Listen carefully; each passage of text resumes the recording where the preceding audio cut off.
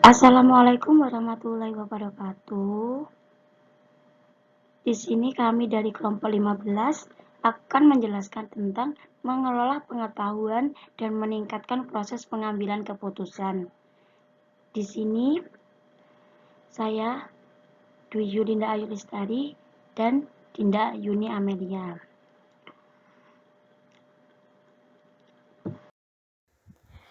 Bab 11 Mengelola Pengetahuan. 11.1 Landscape Manajemen Pengetahuan. Manajemen pengetahuan telah menjadi suatu tema yang penting pada banyak perusahaan bisnis besar.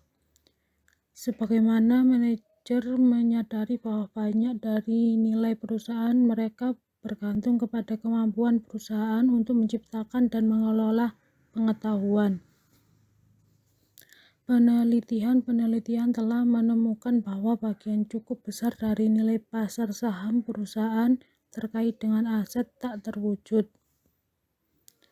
yang dimana pengetahuan merupakan salah satu unsur penting. Seiring dengan merek, reputasi, proses bisnis yang unik. Proyek-proyek yang didasarkan pada pengetahuan yang diselenggarakan dengan baik telah diketahui akan menghasilkan tingkat pengambilan atas investasi yang luar biasa. Meskipun dampak dari investasi berdasar pengetahuan tersebut sangat sulit untuk mengukurnya. Dimensi pengetahuan yang penting. Pengetahuan merupakan suatu atribut individual dan atribut kolektif dari pengetahuan bersifat kognitif, bahkan psikologis, kejadian yang berlangsung di dalam kepala orang-orang. Pengetahuan juga disimpan di dalam bentuk perpustakaan dan catatan, dibagikan dalam perkuliahan, dan disampaikan oleh perusahaan dan bentuk pemrosesan bisnis dan kecakapan karyawan. Pengetahuan yang berada dalam pikiran karyawan yang belum didokumentasikan disebut dengan pengetahuan tersirat, sedangkan pengetahuan yang telah didokumentasi dinamakan pengetahuan eksplisit. Pelajaran organisasional dan manajemen pengetahuan. Organisasi yang belajar untuk menyesuaikan perilaku mereka mencerminkan pembelajaran tersebut dengan menciptakan proses bisnis baru dan dengan mengubah pola dalam pengambilan keputusan manajemen. Proses perubahan ini disebut dengan pembelajaran organisasi. Organization learning. Dapat dikatakan organisasi-organisasi dapat merasakan dan memberikan tanggapan terhadap lingkungan mereka secara cepat akan bertahan hidup lebih lama daripada organisasi-organisasi yang memiliki mekanisme pembelajaran yang buruk. Rantai nilai manajemen pengetahuan. Yang pertama, penguasaan pengetahuan. Yang kedua, penyimpanan pengetahuan. Yang ketiga, penyebarluasan pengetahuan. Yang keempat, penerapan pengetahuan. Pembangun modal organisasional dan modal manajemen. Selain aktivitas yang telah dijelaskan, para manajer dapat membantu dengan cara mengembangkan peran dan tanggung jawab baru dalam organisasi untuk memperoleh pengetahuan. Termasuk di dalamnya adalah menciptakan posisi-posisi seperti direktur eksekutif manajemen pengetahuan, staf yang ditugaskan untuk membantu manajer pengetahuan, dan membentuk komunitas praktik, community of practice. COP adalah jaringan untuk informasi informal yang terdiri atas para profesional dan karyawan baik di dalam maupun di luar perusahaan dengan minat dan kegiatan yang sama. Kegiatan komunitas ini termasuk pendidikan perorangan atau kelompok, konferensi, newsletter online, serta setiap harinya saling berbagi pengalaman dan teknik untuk menyelesaikan masalah dalam pekerjaan tertentu. Tipe sistem manajemen pengetahuan. Yang pertama, sistem manajemen pengetahuan keseluruhan perusahaan. Yang kedua, sistem kerja pengetahuan. Yang ketiga, teknik kecerdasan. 11.2 Sistem manajemen pengetahuan keseluruhan perusahaan. Yang pertama, sistem manajemen konten perusahaan. Pengetahuan struktur merupakan pengetahuan secara eksplisit ada dalam dokumen-dokumen formal, sama halnya dengan aturan-aturan formal yang diperoleh organisasi dengan mengamati para ahli dan perilaku mereka dalam pengambilan keputusan. 2. Sistem jaringan pengetahuan. Sistem jaringan pengetahuan membahas mengenai permasalahan yang timbul ketika pengetahuan yang tepat tidak dalam bentuk dokumen digital, tetapi sebagai gantinya berada dalam memori para ahli individual dan dalam perusahaan. 11.3 Sistem kerja pengetahuan. A. Pekerja pengetahuan dan kerja pengetahuan. Pekerja pengetahuan biasanya memiliki tingkat pendidikan yang tinggi, memiliki keanggotaan di organisasi profesional, dan kerap diminta untuk melakukan penelitian sebagai aspek rutin dari pekerjaan mereka. Pekerja pengetahuan memiliki 3 peran. Yang pertama, menjaga aliran pengetahuan dalam perusahaan. 2. Bertugas melayani sebagai konsultan internal mengenai pengetahuan khusus mereka. Yang ketiga, bertindak sebagai agen perubahan, mengevaluasi, merintis, dan mendukung proyek-proyek perusahaan. Kebutuhan sistem kerja pengetahuan. Kebanyakan pekerja pengetahuan mengendalikan sistem perkantoran seperti pengolahan kata, voicemail, email, konferensi video, dan sistem penjadwalan yang dirancang untuk meningkatkan produktivitas di kantor. Pekerja pengetahuan juga memerlukan sistem kerja pengetahuan yang sangat spesifik dan grafis, alat bantu analisis, dan kemampuan komunikasi dan manajemen dokumen yang canggih. 11.4 Teknik kecerdasan. 1. Memperoleh pengetahuan. Sistem ahli. Sistem ahli merupakan suatu teknik kecerdasan untuk memperoleh pengetahuan tersirat dalam wilayah yang sangat spesifik dan terbatas dari keahlian manusia. Sistem-sistem ini memperoleh pengetahuan dari karyawan terampil dalam bentuk serangkaian aturan dalam sistem perangkat lunak yang dapat digunakan oleh pihak lainnya dalam organisasi. 2. Kecerdasan organisasional. Penawaran berbasis kasus. Tugas utama sistem ahli adalah menangkap pengetahuan tersirat dari seorang pakar, namun organisasi juga harus memiliki pengetahuan dan keahlian kolektif yang telah dikembangkan selama beberapa tahun. Pengetahuan organisasional ini dapat ditangkap dan disimpan dengan menggunakan penalaran berbasis kasus. Pembelajaran mesin. Pembelajaran mesin merupakan suatu kajian mengenai bagaimana program komputer dapat meningkatkan kinerja mereka tanpa pemrograman secara eksplisit. Jaringan neural. Jaringan neural digunakan untuk memecahkan permasalahan yang rumit, sangat sulit untuk dipahami, di mana sejumlah besar data telah dikumpulkan. Algoritma genetika. Algoritma genetika bermanfaat untuk menemukan pemecah yang optimal atas suatu permasalahan tertentu dengan memeriksa sejumlah besar kemungkinan pemecah atas permasalahan tertentu dengan memeriksa sejumlah besar kemungkinan pemecah atas permasalahan tersebut. Agen intelijen.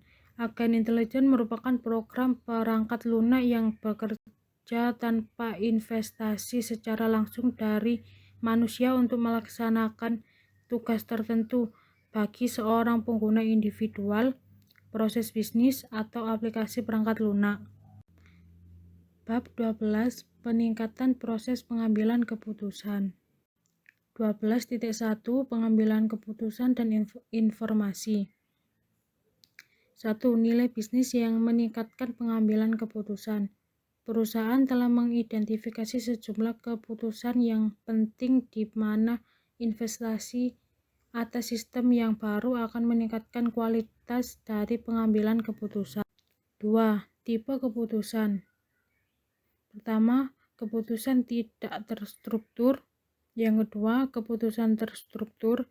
Yang ketiga, keputusan semi terstruktur. Proses pengambilan keputusan. Yang pertama, intelijen terdiri atas menemukan, mengidentifikasi, dan memahami masalah yang terjadi pada organisasi. Yang kedua, rancangan. Melibatkan identifikasi pencarian sebagai solusi masalah. Yang ketiga, pilihan. Adalah tentang memilih alternatif solusi yang ada. Yang keempat, implementasi adalah tentang membuat alternatif yang dipilih dapat bekerja dan tetap mengawasi seberapa baik kerja solusi tersebut. Manajer dan pengambilan keputusan di dunia nyata. Peran manajerial. Para manajer memainkan peran penting dalam organisasi. Tanggung jawab mereka adalah mengambil keputusan, membuat laporan, menghadiri rapat, hingga merencanakan ulang tahun. Yang pertama yaitu model manajemen klasik yang menggambarkan apa yang dilakukan oleh para manajer, yang umumnya tidak dipertanyakan pada lebih dari 70 tahun sejak tahun 1920-an. Yang kedua, model perilaku menyatakan bahwa ketika perilaku yang sebenarnya dari para manajer terlihat menjadi kurang sistematis, lebih formal, kurang reflektif, lebih reaktif, dan kurang terorganisasi dengan baik daripada model klasik yang telah kita yakini. Di sini peran manajerial ada beberapa. Yang pertama yaitu peran antar pribadi. Para manajer bertindak sebagai figur utama dalam organisasi ketika mereka mewakili perusahaan mereka kepada dunia luar dan melakukan tugas-tugas simbolik seperti memberikan penghargaan kepada karyawan. Yang kedua yaitu peran informasi. Manajer bertindak sebagai pusat saraf dan organisasi, menerima informasi terkini yang paling konkret dan mendistribusikannya kembali kepada mereka yang membutuhkannya. Yang ketiga yaitu peran pengambilan keputusan. Mereka bertindak sebagai wirausahawan dalam mengusulkan jenis-jenis aktivitas baru, menangani gangguan-gangguan yang muncul dalam organisasi. Pengambilan keputusan dalam dunia nyata ada 3. Yang pertama yaitu kualitas informasi, yang kedua penyaring manajemen, yang ketiga politik dan inersia organisasional. 12.2 Intelijen bisnis di dalam perusahaan. Intelijen bisnis merupakan suatu istilah yang digunakan oleh para pemasok, perangkat keras, dan perangkat lunak, serta para konsultan teknologi informasi untuk menggambarkan infrastruktur bagi pergudangan, mengintegrasikan, melaporkan, dan menganalisis data yang berasal dari lingkungan bisnis, termasuk data yang besar. Analisis bisnis merupakan istilah yang didefinisikan oleh para pemasok yang lebih menitik beratkan pada alat bantu dan teknik untuk menganalisis dan memahami data. Lingkungan intelijen bisnis. Terdapat 6 elemen dalam lingkungan intelijen bisnis. Yang pertama yaitu data dari lingkungan bisnis, yang kedua infrastruktur intelijen bisnis, yang ketiga seperangkat alat bantu analisis bisnis, yang keempat metode dan pengguna manajerial, yang kelima platform pengiriman. Intelijen bisnis dan kapabilitas analitis. Terdapat 6 fungsionalitas analitis yang sistem BI kirimkan untuk mencapai hasil akhir tersebut. Yang pertama yaitu laporan produksi. Yang kedua, laporan yang memiliki parameter. Yang ketiga, dashboard atau scorecard. Yang keempat, ad hoc query atau pencarian, penciptaan, laporan. Yang kelima, penelusuran. Yang keenam, peramalan, skenario, model. Siapa yang menggunakan intelijen bisnis dan analitis bisnis? Yang pertama ada laporan produksi. Output yang paling banyak digunakan dari alat bantu BI adalah laporan produksi yang telah dikemas. Yang kedua yaitu analitas prediktif. Analitas prediktif menggunakan analis statis, teknik penelusuran data, data historis, data asumsi mengenai kondisi pada masa mendatang untuk memprediksi kecenderungan masa yang akan datang dan pola perilaku. Yang ketiga ada analisis data besar. Banyak retail online yang memiliki kapabilitas untuk membuat rekomendasi atas produk yang diwujudkan melalui online pada para pengunjung web mereka untuk membantu dalam menstimulasi visualisasi data, analitis visual, dan sistem informasi geografis. Visualisasi data dan alat bantu analitis visual, yaitu dapat membantu para pengguna untuk melihat pola dan hubungan dalam jumlah besar data yang sulit untuk dipahami jika data disajikan dalam bentuk daftar teks tradisional atau angka-angka. Yang kedua yaitu sistem informasi geografis adalah suatu kategori khusus dari alat bantu untuk membantu para pengambil keputusan memvisualkan sumber data lainnya. Strategi manajemen untuk mengambil kapasitas BI dan BA. Terdapat dua strategi yang berada dalam mengadopsi kapabilitas BI dan BA bagi suatu organisasi. Satu solusi yang integrasi secara menyeluruh versus berbagai macam solusi yang disediakan oleh para pemasok yang terbaik. Dukungan keputusan bagi manajemen operasional dan manajemen menengah.